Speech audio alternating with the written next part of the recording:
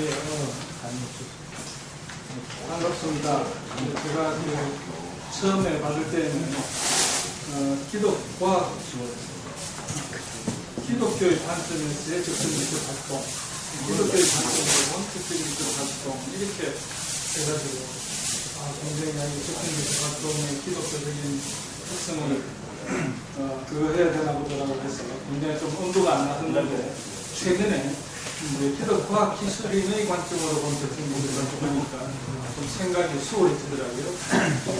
좀 더 철학적이고 근본적인 좀 안 달아도 되고, 우리 기독 과학 기술자가 어떻게 적정기술 활동할 거냐 하는 쪽으로 초점이 맞춰지니까 오늘 아침에야 비로소 생각이 이렇게 전개가 되면서 오늘은 이렇게 두서없이 막 작성을 했습니다. 그래서 풀 문장으로 제가 못 쓰고 이렇게 요점만 했는데요.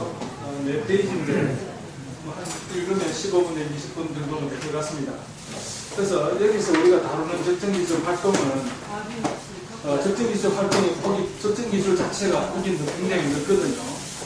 그 중에서 보통 보면 대안기술이라고 말하는 거, 뭐 환경을 보존하기 위해서 기존의 방법 대신에 다른 방법, 그 다음에 또 생산하는 사람들이 또 혹은 마리순부 예술의도 사람들이 모르는 사람들이 마지막 때 어떻게 서바이브 할건가, 그런 기술들 말고, 그 다음에 우리 사회에서 이렇게 장애인들, 사회적 약자들, 또 노인들을 위한 이런 기술도 약간 논외로 가고, 좀 더 가난한 자를 위한 과학기술에다가 이렇게 초점을 맞추도록 했습니다. 그래서 이렇게 과학기술이 적정기술을 필요로 하는 지역이 보게 되면 어느 정도 산업화된 나라에서는 이 적정기술이 필요가 없는 것 같아요. 이제 산업화가 시작되지 않은, 산업화를 되고 그런 곳에 또 그 중에서도 좀 낙후된 지역, 외진 지역이 적정기술을 굉장히 필요로 하는 것 같습니다. 그래서 좀 더 저개발국의 가난한 지역 주민들을 대상으로 하는 적정기술 활동을 선정을 했습니다. 자, 그렇게 했을 때 우리가 적정기술을 굉장히 특히 이제 과학자들이 기뻐하고 이렇게 좋아하는데, 그 이유는 맨날 삭막한 기술을 하다가 내 기술을 가지고 다른 사람 돕는다 하니까 그것이 우리가 충분한 것 같습니다.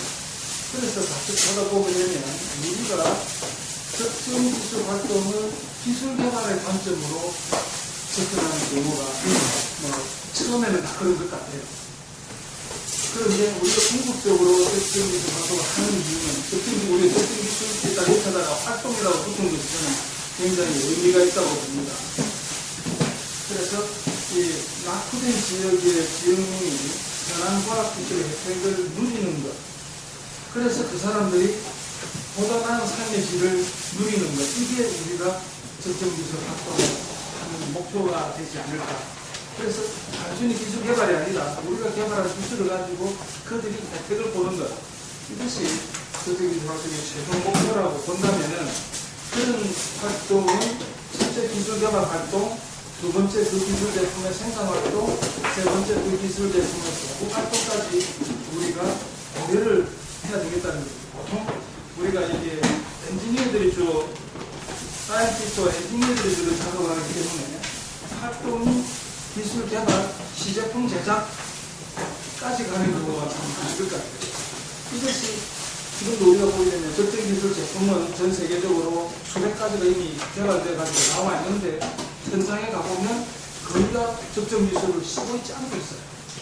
이미 보급된 지역도 다시 가보면 쓰지 않고 있는 것을 우리가 보고 있는데, 그래서 적정기술 개발할 때부터 어떻게 보급할 것인가를 생각을 하고 적정기술 개발을 해야 되지 않겠는가. 그래서 적정기술 활동의 폭은 개발과 생산과 보급까지를 생각해야 되겠다. 그렇게 하지 않으면 그 개발은 그냥 우리가 약간 양심불편한 기독과 기술자들의 스트레스 해소책 정도로 끝날 가능성이 크다는 거죠.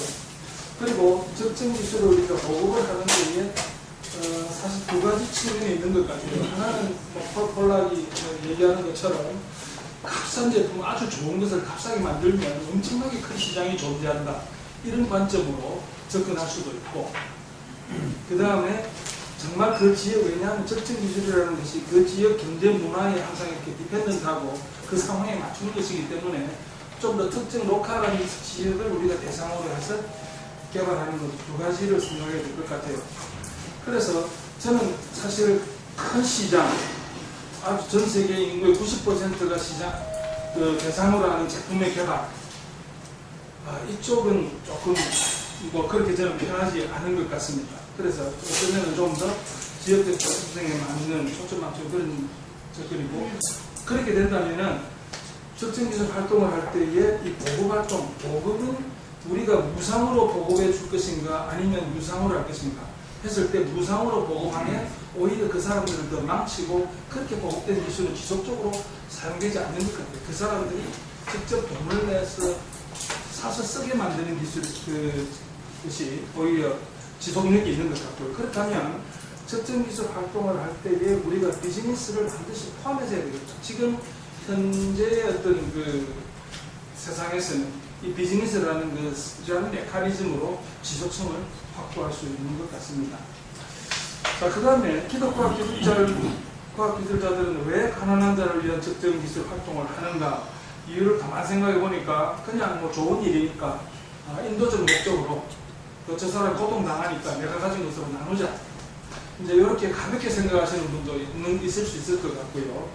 그 다음에는 내가 받은 것을 어려운 이웃들과 나누겠다, 바로 이웃이 아니라 좀 먼 이웃까지 나누겠다라는 기독교적 사랑의 실천. 그래서 이렇게 하면 별로 고민 없이 적정기술 활동을 할 수 있는 것 같아요. 그런데 이제 단순히 가서 그냥 일회성 배품이 아니라 지속적으로 우리가 뭔가를 하려고 그러면 굉장한 시간과 인력과 돈이 소요가 되거든요.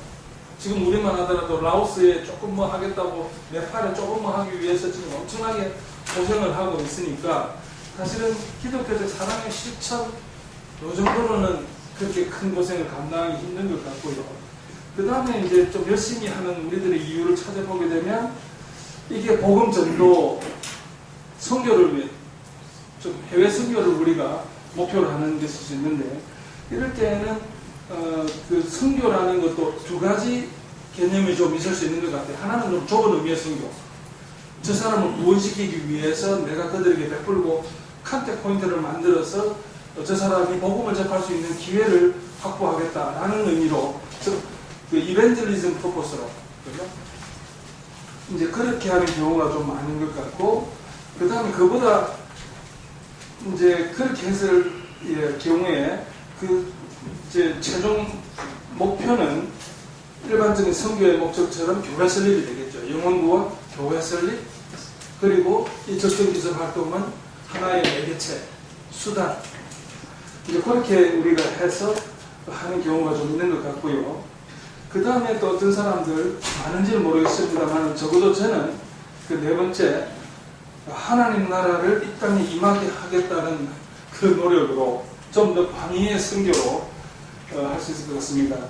우리뿐만 아니라 그들도 하나님 나라의 복을 누리게 하기 위해서, 또 그리고 그들도 하나님 나라의 백성이 되어야 되기 때문에, 그래서 그들에게로 가서 그 사람들로 하여금 하나님의 자녀답게 살도록 만들고, 그 다음에 그 사람들도 우리처럼 동일하게 제자가 되어서 하나님 나라가 이 땅에 임하게 하는 일을 적극적으로 수행하는 사람이 되도록 하는 것이 선교다. 그래서 그 가난한 사람들이 계속 남에게 의존적으로 그 억눌려서 얻어먹다가 결국은 비참하게 죽는 그런 삶의 모습이 아니라 자기 손으로 일어서서 담대하게 살아나가고 우리처럼 할 수 있는 그런 것을 우리가 목표로 하는 데에 사실은 이 적정기술 활동이 굉장히 효과적이다라고 저는 사실 생각을 합니다.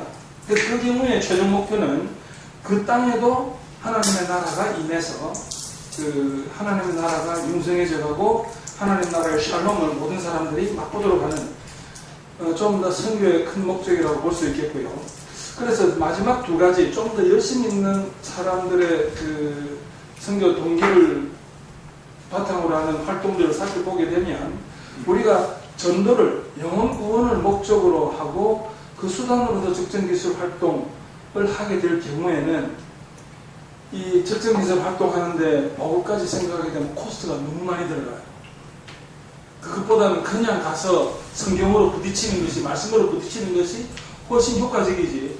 말씀 한 번 전하지도 못하고 1년, 2년, 3년 내내 가서 막 엉뚱한 일들만 자꾸 하게 되니까 이 오버헤드가 너무너무 커지게 되고, 그렇게 되면 결국은 만약에 이거는 그렇게 효과적인 전도 수단이 아니다 로 갈 공산이 좀 커지지 않을까.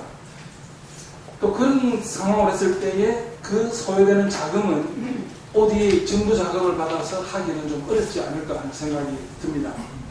그래서 우리가 좀 좁은 의미의 선교를 목적으로 적정기술 활동을 하게 되면 이게 빨리 지치게 되고 지구력이 좀 가지기 어려울 것 같습니다. 그런데 이제 하나님 나라의 관점으로 선교를 목적으로 하는 적정기술을 하기 위해서는 좀 어렵습니다. 그래서 제가 밑에 쭉 간단하게 정리를 했는데요. 이제 이 하나님 나라 관점의 선교를 하기 위해서는 이 세상에 대한 이해와 인간에 대한 이해가 이런 우리 일반적인 한국 교회 복음주의자들의 이해와 좀 다릅니다. 하나님께서 세상을 왜 창조하셨는가? 이 땅에 하나님의 품성에 완벽히 합하는 하나님의 나라를 이루기 위해서 이 세상을 창조하셨고, 그 창조사역의 파트너로 그렇게 만들어 나간 동력자로 하나님의 형상을 따라 인간을 지으셨다. 그래서 이게 이제 세상과 인간을 바라보는 그 창세기 1장 2장에서 바라보는 그런 관점인 거죠. 그런데 인간이 범죄해서 하나님의 그 계획이 수포로 돌아갈 상황이 되었고, 그래서 하나님 당신이 직접 오셔서 인간을 구원하시고, 인간만 구원하는 것이 아니라 하나님께서 그 인간으로 하여금 이 세상을 회복하게 하는 일에 사용하셔서 궁극적으로 이 땅에 원래 하나님이 가지셨던 완전한 계획을 이루신다 라는 좀 그랜드 스토리를 사실은 가지고 있죠. 그게 소위 말하는 우리가 기독교 세계관이라는, 이 세상은 왜 만들어졌으며 현재 어떤 상태에 있고, 그래서 하나님이 어떻게 하셨고 나중에 미래에 어떻게 될 것인가에 대한 성경의 스토리를 요약한 것이 창조, 타락, 구속, 완성으로 표시되는 부분입니다. 이런 관점을 가지게 되면 복음에 대한 이해도 달라집니다. 우리 복음주의자들은 대부분 개인 구원의 도리, 개인 구원에 관한 기쁜 소식을 복음이라고 이해를 하는데, 사실 그 마태복음에 복음서에 보게 되면 예수님이 선포하신 복음은 하나님의 나라가 왔다라는 거고, 구약에서 예언되었던 기대했던 그 나라가 왔다라는 거고, 그죠? 그래서 예수님이 선포하신 복음은 이 땅에 하나님이 처음에 계획하셨던 그 하나님 나라가 진짜 온다라는 그거라는 거죠. 그렇게 복음을 이해하고 그게 기쁜 소식으로 우리가 이해를 한다면, 그럼 성교는 무엇인가라고 했을 때 하나님의 원래 계획을 완성시키는 것에 우리가 참여하는 것, 이것이 성교가 되는 거죠. 그래서 제가 적어놓기는 그 성교란 하나님의 나라를 이 땅에 완전하게 임하게 하시는 하나님의 사역에 부름받아서 참여하는 것, 이게 우리가 이해하는 성교고, 그렇게 됐을 때 그 성교의 내용은 예수님이 말씀하신, 선포하신 그 기쁜 소식이 이게 거짓말이 아니라 진짜다라는 것을 사람들에게 보여주는 것이 복음을 증거하는 것이라고 볼 수 있는 거죠. 만약 그렇게 보지 않고 우리가 복음을 말로만 증거한다 그러면 이거는 목사나 선교사만 복음을 제대로 증거하지 나머지 사람들은 복음을 제대로 증거할 수 없는 거죠. 그래서 이제 이걸 이제 하나님의 나라라는 개념을 우리가 잘 이해하게 되면 얼마든지 우리 전공으로도 전공 열심히 하는 것으로서 예수의 복음이, 예수님의 선포한 내용이 진짜라는 것을 우리가 증거할 수 있게 됩니다. 자, 이렇게 됐을 때 성경에 나오는 스토리를 이해를 할 때 보통 우리 복음주의자 구원 중심을 하게 되면 이것은 인간 구원의 스토리라고 이야기를 하지만, 좀 더 칼비니스틱한 그런 견해는 이 세상은 하나님의 나라, 하나님께서 시작하신 나라고 하나님께서 완성하시고 우리는 거기서 하나님과 동력자다 라는 이런 개념이 되는 거죠. 그래서 성경을 인간 구원의 이야기로만 볼 뿐만 아니라 좀 더 확대해서 하나님의 계획, 하나님의 나라의 이야기, 하나님 나라가 하나님 어떻게 계획해서 어떻게 실패했고 다시 어떻게 완성하실 거라는 그런 관점으로 이해를 하게 하면 될 것 같습니다. 그래서 이때 말할 때 하나님의 나라는 우리가 죽어서 영원히 들어가는 영적인 나라가 아니라 현실 가운데에 이 땅에 실제로 이루어지는 비물질적이지 않고 비현재적이지도 않은 보통 보면 우리가 천국이라고 했을 때 비물질적이고 미래적으로 생각하는데 현실적이고 미래적이고 비물질적일 뿐만 아니라 현재적이기도 하죠. 그래서 좀 더 현실에 임하는 하나님의 나라에 대한 개념을 가지게 됐을 때 과학기술자가 보여줄 수 있는 하나님의 나라가 선명해지게 되는 것 같습니다. 그래서 하나님의 나라는 하나님 별것이 아니라 하나님의 뜻이 이루어지는 세상, 하나님의 뜻이 완벽하게 구현되는 것이 하나님의 나라고, 그렇게 본다면 지금 아프리카에 특히 동남아시아에 이 사람들이 비인간적인 삶을 살고 있는 그 모습은 분명히 하나님의 뜻이 아니게 되는 거죠. 그럼 하나님의 그 나라가 온전한 모습은 무언가 하면 그것은 샬롬이라고 표현을 한답니다. 거기에는 이제 의와 평강이 넘치고 생명과 기쁨, 풍요와 번영이 넘치는 이제 그 세상이 하나님께서 목표로 하시는 세상이었고 우리는 그것을 위해서 부름받았다. 이렇게 보고요. 이렇게 보면 하나님의 나라는 이게 단순히 영적인 차원이 아니라 총체적 국면을 가지고 있다. 그래서 정치, 경제, 사회, 문화, 즉 우리 삶의 모든 영역에서 하나님의 나라가 이루어져야 되고, 그리고 이것을 통합적으로 좀 더 홀리스틱하게 총체적으로 우리가 하나님 나라를 접근해야 되겠다. 내가 예를 들어 우리가 전도를 할 때 보게 되면 내가 기술 전하고 내가 복음 전하고 내가 이 사람 교회 출석시키고 성경 공부하고 한꺼번에 다 하겠다라는 사실은 그런 생각들을 해가지고 없는데, 하나님 나라의 굉장히 총체성을 인정한다면 나는 그 중에서 한 파트만 담당을 해도 사실은 충분하다라고 볼 수 있는 것 같습니다. 그 다음에 이런 관점으로 우리가 과학기술을 이해한다면 과학기술은 하나님의 문화명령에 대한 우리들의 반응이 기록해 하나님께서 우리를 다스려라고 하셨기 때문에 다스리기 위해서 하다 보게 되면 우리는 과학기술을 할 수밖에 없고, 사실 그랬을 때 그 과학기술은 굉장히 선한 것이 되게 되고 우리들은 우리들의 과학기술의 그 결과에 따라서 하나님 앞에서 책임을 지게 되는 거죠. 그래서 우리 과학기술의 목표는 뭐냐 하면 결국 하나님의 나라가 이 땅에 이루어지게 하는 물질적이고 그런 부분들을 저희들이 이제 감당하는 거라고 볼 수 있습니다.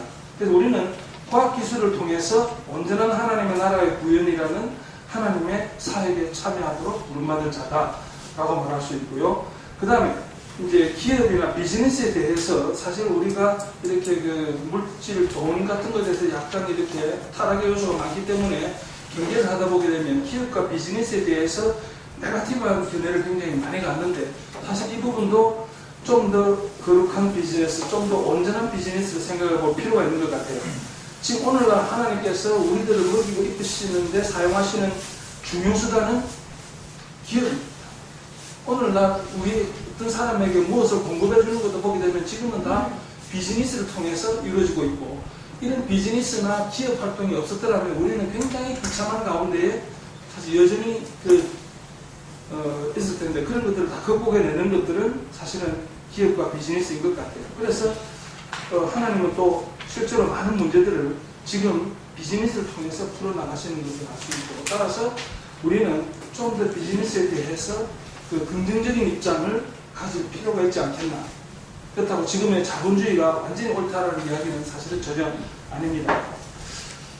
자, 이러한 관점으로 보게 되면 이러한 하나님 나라의 관점으로 저개발국의 사람들을 보게 되면 사실 그 사람들이 그 오랜 기간 동안 식민지로 지내고 가난에 찌들려 있으면서 그 사람들의 사고방식, 삶의 패턴, 이런 것들을 보면 오늘날 우리가 보는 이런 예의나 윤리 같은 것은 사실 생각할 수 없는 정도로 망가져 있어요.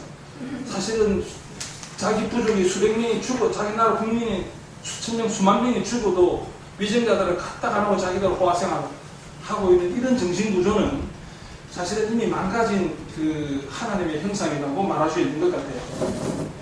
그런데 그 사람들도 원래의 인간의 모습, 하나님의 형상으로서의 회복이 필요하고, 그렇게 하기 위해서는 그 사람들은 이 전인격적 변화인데 사실은 내면 깊은 곳으로 복음으로부터 타치를 받아서 온전한 변화가 사실은 일어나야 되는 거죠. 그래서 의존적이고 무기력하고 게으르고 포기하는 것은 완전 온전한 인간, 바른 하나님의 형상이 아니다. 그들을 우리가 어떻게 볼 수 있는가 하면 그들은 악한 영에 결박되어 억압되어 있으며 또한 무지하여 속고 있으며 아무것도 아닌 질병으로 죽어가고 있다. 그죠? 그들은 사실은 질병과 억압과 무지에 압제를 당하고 있는, 사단에 묶여있는 것이라고 우리가 볼 수 있는 거고요. 그래서 이 사람들을 그런 것으로부터 탈출하게 하고 참된 하나님의 형상으로 회복하도록 돕는 것이 우리들의 성교이고, 그 활동에 적정 기술이 아주 기묘하게 사용되어질 수 있다는 거죠. 자, 그래서 결국은 그 사람들이 그런 곳에서 빠져나오기 위해서는 그 사람들의 세계관이 바뀌어야 돼요. 그래서 우리가 모두 인류학자들, 성경학자들이 얘기할 때에 회심의 제일 근본은 세계관의 변화다. 그 사람이 세계관이 변하지 않으면 온전히 변한 게 아니고, 결국 우리가 승화의 과정도 우리가 세상에서 하는 인식 모두가 다 성경적으로 바뀌어져 나가는 과정이 승화다라고 이야기를 하는데, 그래서 그 사람들은 자기들이 어렸을 때부터 자라오면서 문화적으로 받았던 그 세계관에 갇혀 있어요. 우리도 마찬가지고, 우리도 우리 세계관에 갇혀 있는데 그 세계관으로부터 끄집어내가지고 성경이 이렇다라고 말하는 세상에 대한 관점을 그 사람들에게 갖도록 해주는 것이 근본적인 변화라고 할 수 있는 것 같아요. 그런데 이제 그 사람, 이제 우리가 여기서 물론 세계관의 문제가 가난한 사람들에만의 문제도 아니고, 뭐 일본 사람들은 엉뚱한 세계관을 가지고 잘 먹고 잘 삽니다.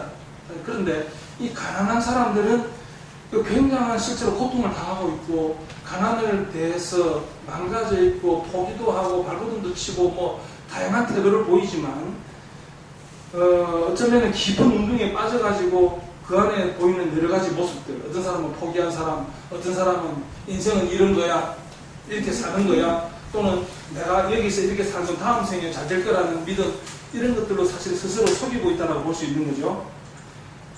그래서 결국은 이 사람들은 그 안에 들어가서 오랫동안 그렇게 살다가 보면 자기 문화에 젖어서 세상을, 하나님이 성경에서 세상이 이렇다라고 하는 것과 전혀 다른 방식으로 세상을 이해하고 그것을 자기들의 행동으로 나타내고 있는 거죠. 자, 이러한 사람들에 대해서 우리가 적정 기술과 비즈니스, 적정 기술의 보급 활동, 수익을 창출하는 활동으로 그 사람들에게 충격을 주고 그 사람들을 회복시키는 계기를 만들어낼 수가 있다라고 볼 수 있죠. 첫째, 그 사람들은 그 기술, 서양 기술을 딱 보게 되면, 아, 이거는 우리가 할 수 없는 것, 이거는 내가 그냥 얻어 쓰는 것, 내가 어떻게 저 사람한테 잘 비가지고 저걸 얻어서 내가 나도 쓰고 우리 아들도 쓰고, 이제 그런 식의 기술에 대해서는 이미 포기를 하는 건데, 적정 기술의 특징상 그 사람들이 이해할 수 있는 기술이고, 쉽게 말하면 그 사람들이 손에 잡히는 기술이라는 거죠. 자기가 어찌 해볼 수 있을 것 같은, 그래서 그걸로 자기의 문제를 스스로 해결해낼 수 있을 것 같은, 굉장히 뭐라 그럴까, 그 하나님의 형상의 중요 특징 가운데에서 창조성과 이런 것들인데, 그런 죽었던 그런 한 형상들을 끄집어내서 회복시켜주는 기능이 적정 기술에 있고요.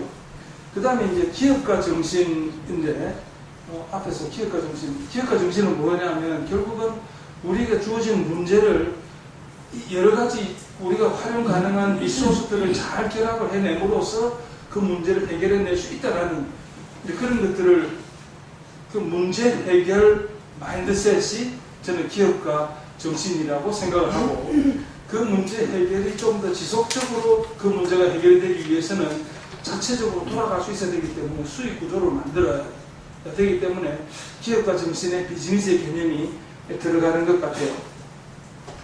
그래서 이 기업가 정신을 그 사람들에게 가르쳐주면은 자기들은 전혀 풀 수 없을 거라고 생각했던 문제가, 아, 요거 조합하고 이걸 여기서 가지고 저렇게 하고 이렇게 가공해서 하게 되면, 아, 이 문제가 해결되는구나라는 것을 깨치는 순간 이 사람들은 굉장한 희망감과 자신감을 갖게 됩니다. 그전까지 전혀 볼 수 없었던 눈에서 빛이 반짝반짝 나면서 어떻게 무언가를 해보려고 하는 것들을 우리가 볼 수 있죠.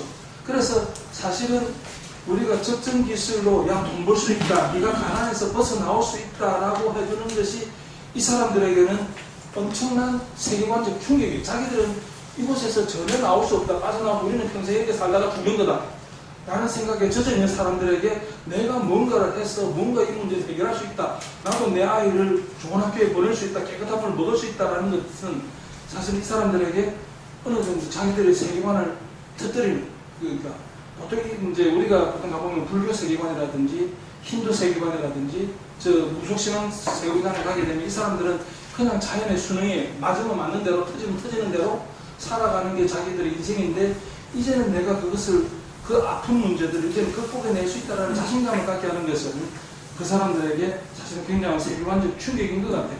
그래서 결국은 우리가 세계관을, 성교의 관점에서 사실은 성교란 그 사람의 세계관이 바뀌는 거면 보통 스스로 견고한 세계관을 형성하고 있는데, 그 성교의 한 축을, 그 세계관 한 축을 흔드는 것은 사실 굉장히 중요하거든요. 보통 우리가 급격한 회심을 했다는 것은 대부분 다, 나는 세상에 이런 줄 알았는데, 세상에 알고 보니 그게 아니네.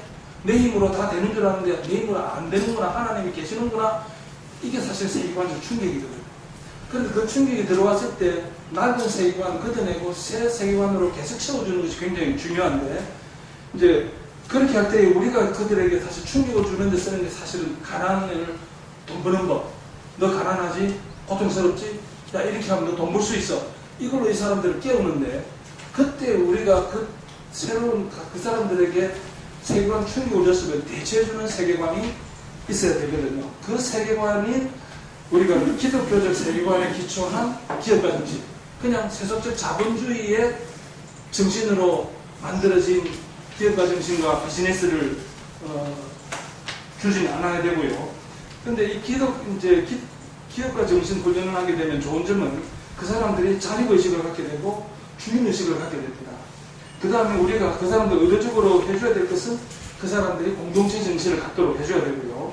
그리고 세속적인 비즈니스가 아니라 소위 우리가 비즈니스 애드미션에서 추구하는 킹덤 비즈니스, 하나님 나라를 이 땅에 넓혀가는 그런 비즈니스를 그 사람들에게 훈련을 시켜주게 되면 이 사람들은 자기 세계관을 벗어나서 자기도 모르게 기독교적인 사고방식을 가지게 되는 거죠. 그래서 기독교 세계관에 기초한 적정기술 커뮤니티 비즈니스를 보고함으로써 그들을 사단의 압제로부터 구출할 수 있다라고 결론을 짓고요. 그 다음에 자, 그러면 그 사람은 언제 어떻게 하나님의 백성으로 된 백성인가? 언제 그 사람들을 구원받겠는가? 우리 결국 이걸 한다고 몇 달씩 몇 년씩 걸리는데 이 사람들은 언제 복음전에서 어떻게 구원받냐? 라고 했을 때 이것을 내가 붙이고 장붙이고 할 필요 있는가 이거죠. 나는 어느 훈련이 안 되고 신학 훈련이 안 돼 있는데 굳이 그 사람한테 예수 그리스도를 설명하기 위해서 애를 쓰는 것보다 내가 잘할 수 있는 거하고 복음 전하는 전문가라든지 혹은 또 그런 목적으로 그것에 가 있는 사람들이 그것을 할 수 있다. 그리고 그 사람들의 컨버전을 우리가 장기전으로 치러야지 내가 간 순간에 일주일이나 혹은 1년 이내에 그 사람들을 뭔가 내가 컨버전 시키겠다라고 하는 것은 사실 하나님의 뜻이 아닐 수도 있고, 그래서 우리가 좀 더 장기적으로 그리고 팀워크로 연합으로 그 사람 어떤 그 마을이라든지 어떤 사람의 구원 문제를 생각해 주지 않겠는가. 그 다음에 조금 더 확장하게 되면요, 청정기술 개발을 과연 누가 해야 되는가? 계속 선진국 사람들이 해야 되는가? 아니면 후진국 사람들이, 그 사람들이 스스로의 문제를 해결할 수 있도록 도와주는 것이 맞는 것인가? 라고 했을 때 사실은 저는 지금 이제 그쪽 대학 사람들이 그 문제를 해결할 수 있도록, 그리고 우리가 그 사람들을 도와주고 직접 우리가 문제를 풀어주는 것보다 자기들이 문제를 풀 수 있도록 대학은 그런 기능이 있고, 또 그 다음에 대부분 우리가 이렇게 특정 기술을 필요로 하는 나라들은 산업이 없어요. 대학생들이 졸업해도 취업할 데가 없기 때문에 이 친구들 하여금 특정 기술을 가지고 창업을 시켜줄 수 있고 그 나라의 산업의 기반을 만들 수 있기 때문에 굉장히 유효하죠. 그래서 이제는 그전까지는 커뮤니티, 시골 마을 사람들을, 가난한 사람들을 위해서 막 이렇게 하다가 지금은 그 나라의 산업의 기반을 만들기 위해서 대학을 가지고 막 열심히 하는, 자, 이것도 하나님 나라의 선교의 일부인가? 예, 우리가 좀 피부로 와닿지 않지만 이것도 분명한 하나님 나라의 그 선교의 일부라고 말할 수 있습니다. 자, 이렇게 본다면은 이 적정 기술에다가 비즈니스를 포함시키게 되면 이 적정 기술 사업 선교라는 것이 ODA 사업과 굉장히 잘 맞을 수 있다는 거죠. 우리가 기독교 세계관에 기초한 기업가 정신이나 비즈니스를 그 사람들에게 가르칠 때 성경 용어를 굳이 들먹일 필요가 사실은 없고 삶으로서 그런 것들을 사실 우리가 보여줘야 되죠. 그리고 사실은 그 개발의 핵심은 우리가 국가 개발이든 지역사회 개발이든 어떤 개발이든지 간에 사람이 변화되지 않고는 그 나라가 변화되지 않는 걸 알 수 있습니다. 우리 한국도 보게 되면 새마을운동이라든지 이런 것들을 우리가 변했던 것을 알 수 있고요.